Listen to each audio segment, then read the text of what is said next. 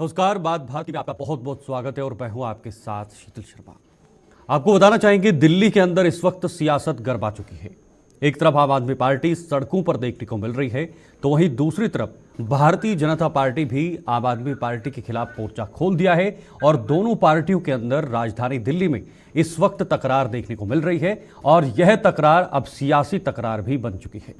आपको बता दें, दिल्ली के सीएम अरविंद केजरीवाल को ईडी ने गिरफ्तार कर लिया था। उसके बाद रिमांड मांगी और 6 दिन की रिमांड जो है वो उस पर मंजूरी मिली है। अरविंद केजरीवाल अभी फिलहाल जेल में है, लेकिन जेल में रहकर भी वो निर्देश जारी कर रहे हैं। आज इसी मुद्दे पर हम बातचीत करेंगे कि आखिर जेल में रहकर सरकार कैसे चलेगी। क्या जेल में रहकर अरविंद केजरीवाल दिल्ली सरकार को चला सकते हैं? ये सबसे बड़े कुछ सवाल भी रहेंगे, आज के कुछ सवाल भी रहेंगे। और उससे पहले आपको बताना चाहेंगे कि आम आदमी पार्टी के जो नेता हैं, बड़े बड़े जो नेता हैं, वो लगातार प्रेस कॉन्फ्रेंस कर रहे हैं, मीडिया को संबोधित कर रहे हैं, अपनी जो भी बातें हैं वो मीडिया के जरिए लोगों के सामने लाने की कोशिश करते हैं। फिलहाल आपको बताएंगे कि बड़े बड़े आम आदमी पार्टी के नेताओं ने क्या कुछ कहा है इस पूरे मुद्दे को लेकर। देखिए, 31 तारीख को रामलीला मैदान में इंडिया गठबंधन की एक महारैली होगी। ये महारैली आम आदमी पार्टी की नहीं, अरविंद केजरीवाल के अरेस्ट की नहीं, ये देश के लोकतंत्र को बचाने के लिए महारैली है। किस लिए? क्योंकि आज विपक्ष पे एक तरफा हमला हो रहा है।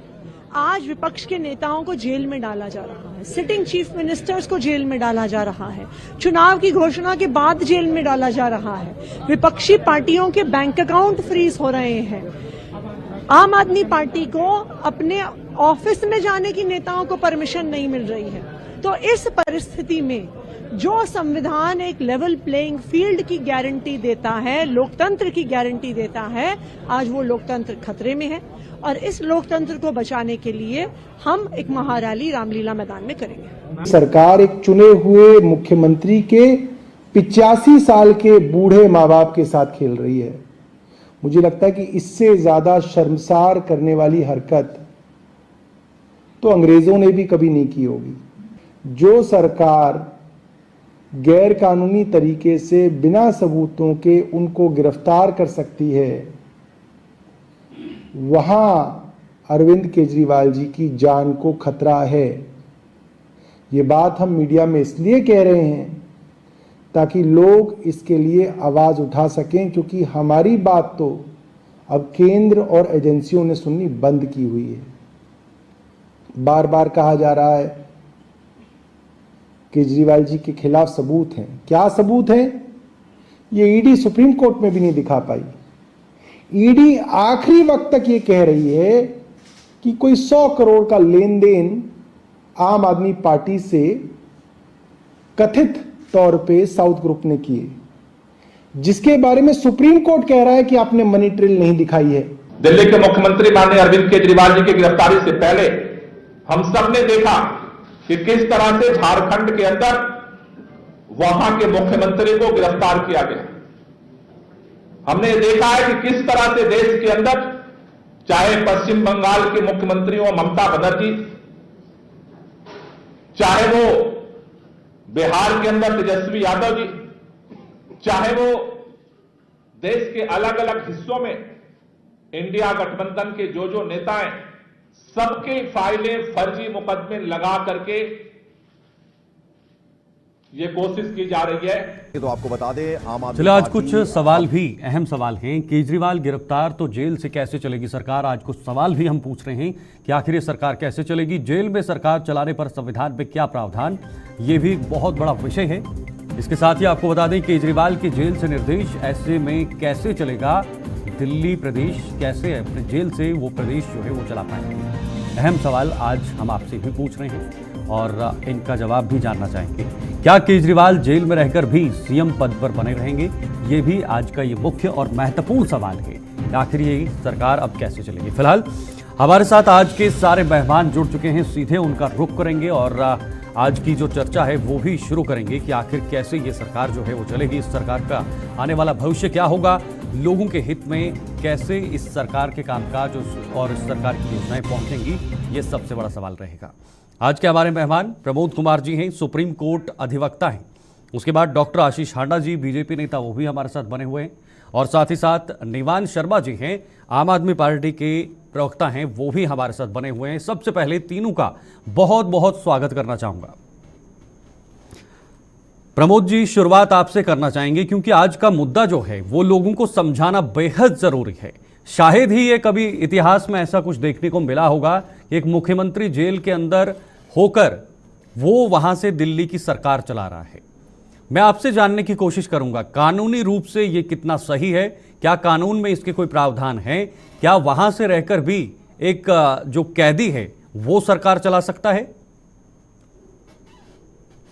शर्मा जी, देखिए, ये केवल हिंदुस्तान का नहीं, पूरे विश्व का ये पहला एग्जाम्पल होगा।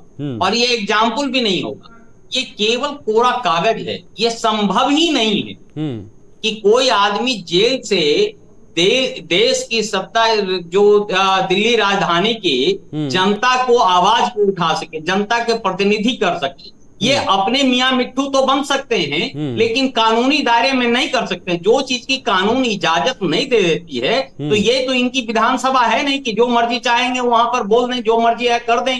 दिल्ली की जनता भी देख रही है, और दिल्ली का या हिंदुस्तान का कोई भी कानून इस तरह का कोई इजाजत नहीं देता है। आप देखिए, इसके पहले कई चीफ मिनिस्टर जो है जेल में गए।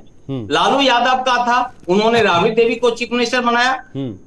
अभी हेमंत सोरेन के साथ हुआ, उन्होंने दूसरे को बनाया। इसके पहले जयललिता के साथ हुआ था, उन्होंने अपना प्रतिनिधि बनाया। लेकिन एक भी चीफ मिनिस्टर ऐसा नहीं हुआ कि जेल में रह करके, गिरफ्तारी में रह करके और उसकी आवाज को उठा सके।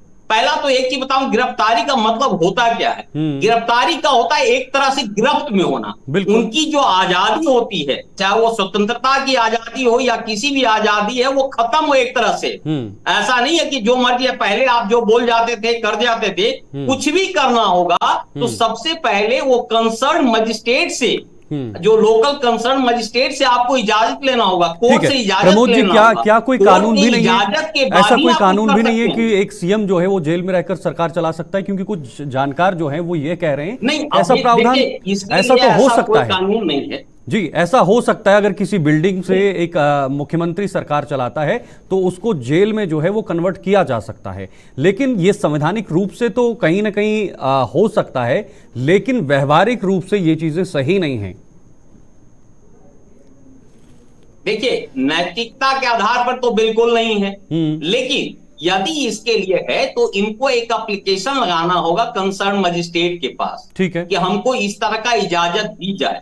और वो कोर्ट भी इस चीज को देख लेगी कि वर्चुअली ये पॉसिबल है या नहीं है, इसका क्या कंसिक्वेंसेज आ सकता है, क्या पॉजिटिव होगा, क्या निगेटिव होगा। यदि आपका निगेटिव में है, और ज्यादा निगेटिव ही है, क्योंकि उसमें क्या होगा कि जो जेल मैनुअल के अगेंस्ट में जाता है, वहां का जो जेल मैनुअल होता है मेन कैदियों के साथ होता है। जो कैदी है वहां असुरक्षित हो जाएंगे, पूरा जो सिस्टम एक जेल का होगा वो अव्यवस्थित हो जाएगा। तो मैं समझता हूं। और दूसरी चीज है, सपोज कीजिए कि जेल और मजिस्ट्रेट ने आदेश दे दिया, सपोज कि कोई आईएएस है इनका, जो पीएस है, कल होकर के ये कहेंगे हमारा जो है प्राइवेट सेक्रेटरी भी दे दो, पर्सनल सेक्रेटरी दे दो। इस तरह से जो है अब उस सेक्रेटरी नहीं आएगा, और सेक्रेटरी यदि वो कह देता है आईएएस ऑफिसर होकर के कि हम जेल में नहीं जाएंगे, ठीक है, क्योंकि जेल जाने का एक प्रोसेस होता है, उसकी सुरक्षा मानदंड से क्रॉस करना होता है। ठीक है प्रमोद जी, मेरे साथ और भी मेहमान हैं, मानक को पूरा करेगा, तो मैं समझता हूं कि हो सकता है वो मना कर दें। ओके प्रमोद जी, वापस लौटूंगा आपके पास, फिर से आपसे जानने की कोशिश करूंगा क्योंकि दूसरे मेहमान भी हैं। निवान जी, आपके पास आना चाहूंगा। निवान जी, आपने तमाम बातें सुनी। हमारे जो अधिवक्ता प्रमोद कुमार सुप्रीम कोर्ट पे के इस वक्त पैनल में बैठे हुए हैं, उन्होंने कहा कि संभव ही नहीं है ऐसे सरकार चलाना। कम से कम नैतिकता के आधार पर तो अरविंद केजरीवाल को इस्तीफा देना चाहिए। व्यवहारिक रूप से कम उन्हें इस चीज को समझना चाहिए कि वो गिरफ्त में हैं, वो एक कैदी हैं और वो अब सरकार नहीं चला सकते। अगर सरकार चलाने की कोशिश करेंगे तो पूरा सिस्टम जो है वो बिगड़ सकता है। निवान जी, बहुत बहुत नमस्कार। और देखिए जी, मुझे सुन पा रहे हैं? जी जी जी जी जी निवान जी, अपनी बात रखिए। जी जी जी जी तो मैं ये कह रहा हूँ, देखिए हर एक बात के दो पहलू होते हैं। आपने एक पहलू सुन लिया, उन्होंने जो भी कहा वो उन्होंने अपने हिसाब से कहा, जैसा भी वो समझते हैं उन्होंने वैसा कह दिया कि आजादी के बाद हम एक ऐसी स्थिति में आज खड़े हैं जहां पे दोबारा से हमारी आजादी को चैलेंज किया जा रहा है। उसके कुछ तथ्य हैं मेरी इस बात के। देखिए, आप देखिए किस तरह से एक ऐसी पार्टी सत्ता में आ गई है जो हर चीज को मैनिपुलेट करने की कोशिश कर रही है, हर चीज को अपने हिसाब से ट्विस्ट एंड टर्न करने की कोशिश कर रही है, हर एक उस आवाज को जो उसके खिलाफ उठती है उसको जेल में डालने की कोशिश की जा रही है, हर एक व्यक्ति को जिनका प्रभाव इनको हराने में हो सकता है उसको कुचलने की साजिश की जा रही है। आपने ये सिर्फ कहने के लिए नहीं है, मैं आपको सिर्फ कहने के लिए नहीं कह रहा, इसका एक एग्जाम्पल जो पूरी दुनिया के सामने गया कि किस तरह से चंडीगढ़ के मेयर एक छोटे से चुनाव में इन्होंने कैमरे के ऊपर जो है वो वोटों की चोरी की और जबरदस्ती अपना मेयर बनाया। सोचिए, जब इनकी मंशा एक मेयर चुनाव में जबरदस्ती मेयर बनाने की है और जनता के वोटों को या चुने हुए मेंबर्स के वोटों को इग्नोर करके जनता के ऊपर अपना एक शासन या अपना एक ईडी ने जो अपने तमाम तथ्य और जो साक्ष्य कोर्ट के अंदर रखे हैं, क्या वो भी सही नहीं है? ईडी ने खुलकर बोला है, खुलकर कहा है, खुलकर अपनी बातें सामने। मैं वही उस पे आ रहा हूं, मैं उस पे आ रहा हूं सर, उस पे आ रहा हूं। ईडी आज जिस तरह से काम कर रही है, जिस तरह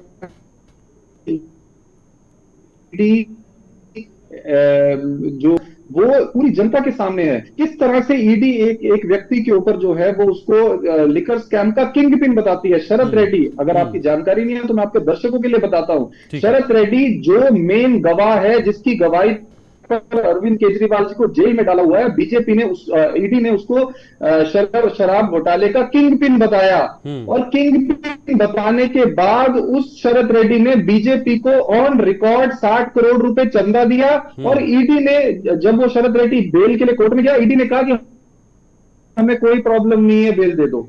जिस व्यक्ति को ईडी शराब घोटाले का किंग पिन मास्टरमाइंड बता रही है, जब वो बीजेपी को चंदा दे देता है तो ईडी बोलती है हमें कोई प्रॉब्लम नहीं है, बेल दे दो। और वही व्यक्ति जो है वो अरविंद केजरीवाल जी के खिलाफ गवाह बन जाता है और अरविंद केजरीवाल जी को बिना किसी सबूत के आज तक 2 साल में हजारों रेड्स हो गई, सैकड़ों अफसर लगे हुए हैं, तो हमारे नेताओं को। ठीक है, जल्दी से जवाब लेता हूं डॉक्टर आशीष जी से। जी, जेल में रखा हुआ है एक 25 जी, आपकी आवाज कट रही है निवान जी। जी, नहीं होना चाहिए क्या ये किसी को भी आपकी आवाज कट रही है, दोबारा से आपसे थोड़ा सा कांटेक्ट करने की कोशिश करेगी हमारी टीम। फिलहाल आपका जवाब भी डॉक्टर आशीष जी से लेना चाहूंगा। डॉक्टर आशीष जी, आपने सुना निवान जी ने कहा, सीधा सीधा आरोप बीजेपी पर है और तो और ये भी कहना है कि ये ईडी या फिर जांच एजेंसियां नहीं बल्कि बीजेपी कर रही है, एक ऐसी पार्टी कर रही है जिसके आने के बाद देश का संविधान जो है वो खतरे में जा रहा है। ये विपक्ष का आरोप है। शीतल जी, आपको, मेरे दोनों आदरणीय को पैनलिस्ट और आपके चैनल के सभी प्यारे प्यारे दर्शकों को भारतीय जनता पार्टी की तरफ से मेरा यानी डॉक्टर आशीष का प्यार भरा नमस्कार। जी शीतल जी, यहाँ पे आपके लोग देख के ये हैरान परेशान हो रहे होंगे जो दर्शक हैं कि कैसी अजब अलबेली पार्टी जो इंडिया अगेंस्ट करप्शन से जन्म ली, जिसका ध्येय था करप्शन के अगेंस्ट लड़ना, आज वो किसके अगेंस्ट लड़ रही है? करप्शन रोकने वाली एजेंसीज के अगेंस्ट लड़ रही है। फिर चाहे वो ईडी हो, चाहे वो कोर्ट्स हो। ये एक ऐसी पार्टी बन के उभरी जिसका जो मकसद था, जो ध्येय था, बिल्कुल उसको भूल गई।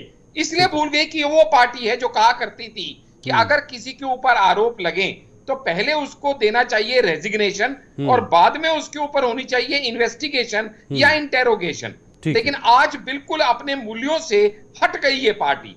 ये वो पार्टी है, आप ये समझिएगा, जो नैतिकता की बात करके इस राजनीति में आई थी, एक बदली हुई राजनीति लेके आई थी। और आज वो पार्टी नैतिकता को भूल के संवैधानिकता के ऊपर बहस करने लग गई है। अरे मैं आपसे संवैधानिकता की अगर बात करूं तो कहां संविधान में ये लिखा है कि आप कार नहीं लेंगे, आप सिक्योरिटी नहीं लेंगे, आप बंगला नहीं लेंगे? लेकिन आपने ये हर बात कही क्योंकि आपके लिए नैतिकता प्रथम थी। आपने नैतिकता के ऊपर रखते हुए ये कहा कि हम कांग्रेस से कभी सपोर्ट नहीं लेंगे, बच्चों की कसम है। आज नैतिकता के हर पैमाने को दरकिनार करके ये पार्टी बिल्कुल ही भ्रष्टाचार के नए आयाम, न्यूनतम स्तर जिसको है वो दुनिया के सामने प्रकट कर रही है। आप सोच के देखिएगा, जरा इनसे पूछिएगा कि आखिरकार क्या ये मानते हैं कि सत्येंद्र जैन और मनीष सिसोदिया दोषी हैं? ये कहेंगे नहीं, अभी केस चल रहा है। अगर अभी तक वो दोषी उनको मानते नहीं तो पूछ के देखिएगा उनका रेजिग्नेशन क्यों लिया? अगर वो रेजिग्नेशन लिया उनसे तो सेम पैरामीटर पे, सेम पैमाने पे अरविंद केजरीवाल का रेजिग्नेशन क्यों नहीं होना चाहिए? अरविंद केजरीवाल के लिए मापदंड अलग, मनीष सिसोदिया, सत्येंद्र जैन के लिए मापदंड अलग। ये कैसी दोहरी राजनीति है इनकी? ठीक है निवान जी, जल्दी से जवाब दीजिए। समझिएगा जी जी निवान जी जवाब ले लीजिए जी, फिर प्रमोद जी आपके पास आऊंगा। देखिए मैं पहले तो ये कहना चाहता हूँ, देखिए पहले तो ये कहना चाहता हूँ कि इनको केस की नॉलेज नहीं है। जिस तरह से ये सिर्फ एक रटी रटाई बात कह रहे हैं, मैं उसके तथ्य है, उसका रीजन ये है कि बीजेपी जो है वो जिस बात पर 2014 में आई थी वो हर बात पर झूठी साबित हुई है। सुन लीजिए, आप ये बताइए मेरा कौन सा पॉइंट गलत था वो बताइए, ये बताइए मेरी कौन सी बात आपको गलत लगी? इन्होंने बोला डॉक्टर आशीष, ऐसे आप पर्सनल बोल देंगे नॉलेज नहीं है। डॉक्टर आशीष, 10 गुना ज्यादा नॉलेज रखे बैठा हूं मैं। अब बताइए एक एक बात, अब मैं काटता हूं, पहले आप ये बताएंगे तब मैं आपको आगे बढ़ने दूंगा कि मेरी डॉक्टर आशीष जी आप सुनिए, आपको समझ दूंगा। सर आपको इतना ही नहीं पता कि अभी तक मनीष सिसोदिया जी का ट्रायल नहीं चला, आप बता रहे हैं उनको दोषी। आपको क्या नॉलेज मैं बताऊं, आपको अभी तक इतना ही नहीं पता कि मैं ये कह रहा हूं आपने उनका रेजिग्नेशन क्यों लिया? केस में ट्रायल तक शुरू नहीं कर पाई। जवाब दीजिए ना, बार बार सुप्रीम कोर्ट से पड़ रही है, आपको टाइम मांग रहे हैं, आप बार बार टाइम मांगती है, सुप्रीम कोर्ट से फटकार पड़ रही है। पता आपको नॉलेज ही नहीं है केस की, आप दोषी बता रहे हैं। कोयला घोटाले के खिलाफ लड़कर ये सत्ता में आई 2014 में, अभी परसों इन्होंने कोयला घोटाले के मुख्य आरोपी को बीजेपी ज्वाइन करा दी। नवीन जिंदल जी जिनके ऊपर कोयला घोटाले में ये किंग बताते थे, कोयला चोर बताते थे, अब उसको बीजेपी की टिकट से लड़वा रहे हैं ये। उसके बाद इन्होंने छगन भुजबल जिसके ऊपर इतने आरोप लगाए, उसके बाद जब वो बीजेपी में चले गए तो ये कोर्ट में जाके बोलते कि हमारे से फाइलें गुम गई। ईडी कहती है कि छगन भुजबल जी की फाइलें गुम हो गई। उसके बाद अजित पवार जिसके लिए प्रधानमंत्री जी कहते थे 70,000 करोड़ रुपए का चक्की पीसिंग। डॉक्टर आशीष जी आप रुकिए, आपको समय मिलेगा, ऐसे बात करेंगे तो लोग समझ नहीं पाएंगे। ये तो बता दो डॉक्टर आशीष जी, जनता को ये तो बता जी दो। डॉक्टर आशीष जी बात पूरी करेंगे। निवान जी जब तक आप सुनोगे नहीं तब तक नॉलेज कहां से आएगी? निवान जी अरे नॉलेज आपसे 10 गुना ज्यादा है जो नीचे से पढ़ के बोल रहे हो। ये बता दो क्या अरविंद केजरीवाल जी के साइन हैं इस ऑर्डर पे जो सौरभ भारद्वाज ने प्रेस कॉन्फ्रेंस में पढ़ा? अरे सर आप ये बताइए कि आपने शराब घोटाले के मास्टरमाइंड से आपने चंदा क्यों लिया? अरविंद केजरीवाल को ये याद नहीं कि मेरा शराब घोटाले के मास्टरमाइंड से आपकी पार्टी ने चंदा क्यों लिया? ये नहीं पता कि आपके पार्टी के दफ्तर कब जाएगी ईडी? ईडी बीजेपी दफ्तर कब जाएगी? सबूत आ गया कि आपने शराब घोटाले के मास्टरमाइंड से चंदा लिया। जवाब दोगे दर्शकों को? क्या अरविंद केजरीवाल कि आपने शराब घोटाले के मास्टरमाइंड से चंदा लिया? ईडी कब जाएगी बताइए बीजेपी दफ्तर? मुद्दे पे रहते हुए सवालों के जवाब दो। देखिए आशीष जी एक एक करके बात कीजिए ना, ऐसे लोग नहीं समझ पाएंगे। आप लोगों ने फील कर दिया। डॉक्टर आशीष जी ठीक है, दोनों को रोकना चाहूंगा। प्रमोद जी आपके पास आइए। महिलाओं को 1000 रुपए महीना मिलता रहेगा। मेरे को मेरी बात रखने दीजिए। डॉक्टर आशीष जी सहानुभूति बटोरने का प्रयास कर रहे हो। ये केवल झूठ फैलाने वाली पार्टी है ये। देखिए बिल्कुल नहीं, ये डिबेट का आधार नहीं है, ये डिबेट का आधार नहीं है, बिल्कुल नहीं। 1000 रुपए मिलना चालू रहेगा। ये डिबेट का कोई पैमाना नहीं है। डॉक्टर आशीष जी सुनीता केजरीवाल रुकिए आप। प्रमोद जी, डॉक्टर प्रमोद जी आपके पास आऊंगा। मिलने चालू होंगे। ठीक है, दोनों को रोकना चाहूंगा। प्रमोद जी अब बताइए ना, हर झूठ फैला रहे हैं, फिर आप आतिशी जी से कहलवाते हैं। डॉक्टर आशीष जी मेरी आंखों में आंसू आ गए जब उन्हें अरविंद केजरीवाल जी को पता चला कि लोगों की पानी की समस्या क्या है। अरे जेल में बैठे बैठे उन्हें पता चला, आज का पता चला। 9 साल से टैंकर माफिया ऑपरेट कर रहा है आपकी मर्जी से, आज नया पता चला। सर बीजेपी वालों की कहानियों को करवाना चाह रहे हो वहां बैठे बीजेपी वालों की कहानी में अच्छी फिल्में बनेंगी। अरे पागल बना रहे हो झूठी कहानियां जानते हैं। फिर सौरभ भारद्वाज जी से रुकिए दोनों रुकिए आप। नहीं हो रहे तो ये निवान जी नाकामयाबी है। देखिए डॉक्टर आशीष जी ऐसे डिबेट नहीं होती। डॉक्टर आशीष जी एक बात कहना चाहता हूँ, 2 मिनट दीजिए मुझे। जी निवान जी जल्दी से। निवान जी देखिए सर, मेरा सिर्फ एक सवाल है इनसे, ये बता दें जिसकी गवाही पर मुख्यमंत्री अरविंद केजरीवाल जी को जेल में डाल दिया, उससे बीजेपी ने 60 करोड़ रुपए चंदा क्यों लिया? यार क्या बात करते हैं आप? आपको लगता है कि कोर्ट भी निष्पक्ष शराब घोटाले के शराब कारोबारी, शराब के मास्टरमाइंड और बीजेपी में क्या रिश्ता है? गवर्नर को कह दिया, बीजेपी का कौन सा नेता मिला था जो 50 करोड़ रुपए शराब घोटाले के कारोबारी से लिए? बीजेपी के कौन सा नेता इन्वॉल्व है? नहीं है। अरे कोर्ट ने एक जवाब पहले दीजिए ईडी बस। से सारे सबूत मंगवाए।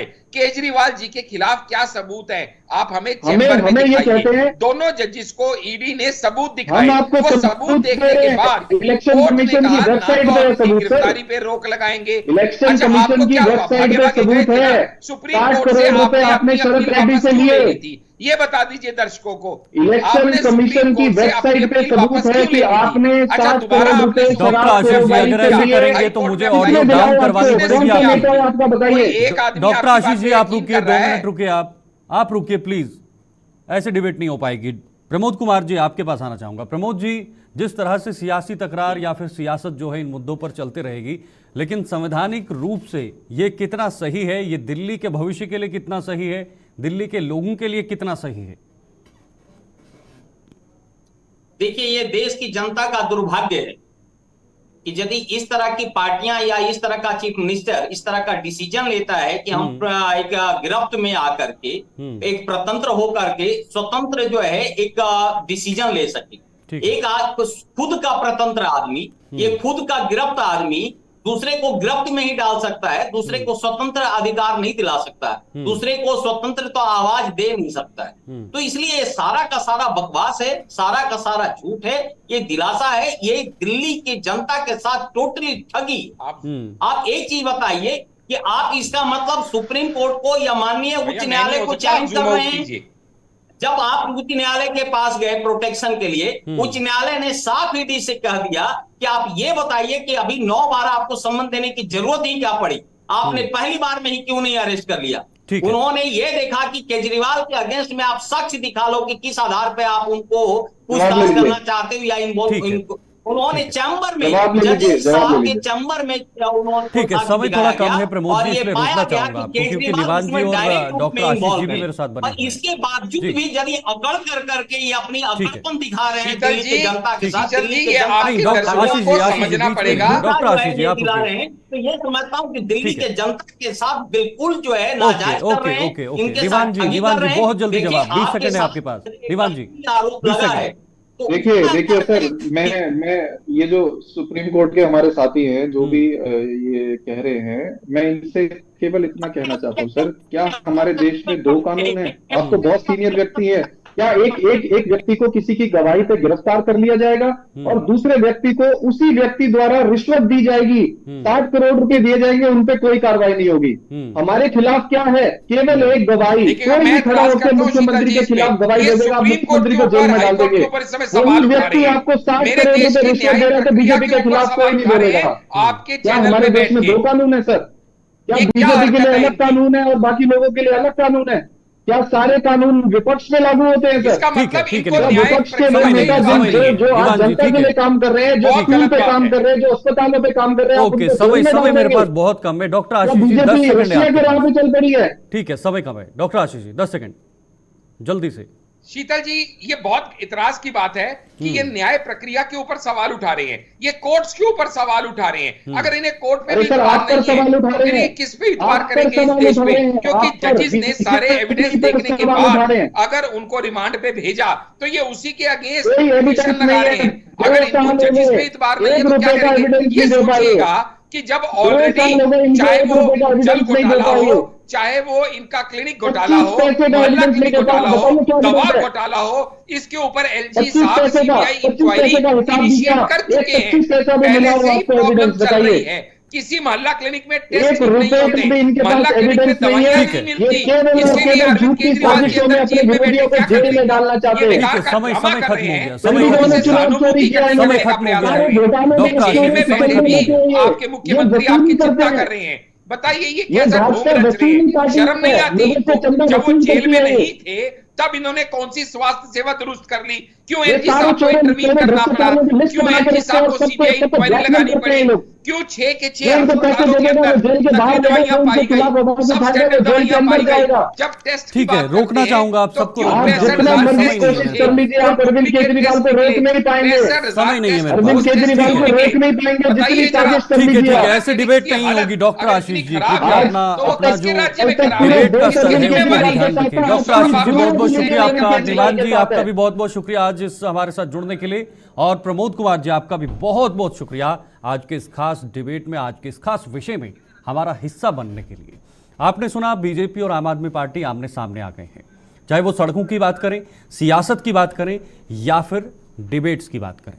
हर जगह अब बीजेपी और आम आदमी पार्टी के बीच कड़ी टक्कर हो गई है। इस बीच सवाल भी सामने निकल कर आ रहा है कि क्या अरविंद केजरीवाल जेल से सरकार चलाएंगे, और अगर चलाएंगे तो कैसे चलाएंगे, क्या कानूनी प्रावधान है, क्या अरविंद केजरीवाल के आसपास उतने सारे लोग होंगे जो उनके सीएम आवास पर होते थे, और क्या उसी आधार पर वो जेल से भी सरकार चलाएंगे, नैतिकता के आधार पर क्या उन्हें इस्तीफा देना चाहिए, तमाम सवाल हैं। अब देखना होगा कि आने वाला समय उनके लिए और क्या कुछ लेकर आ सकता है, और हिरासत जब उनकी खत्म होगी, रिमांड जब खत्म होगी, उसके बाद क्या नया इसमें डेवलपमेंट निकलकर सामने आएगी। फिलहाल के लिए इतना ही, दीजिए इजाजत, नमस्कार।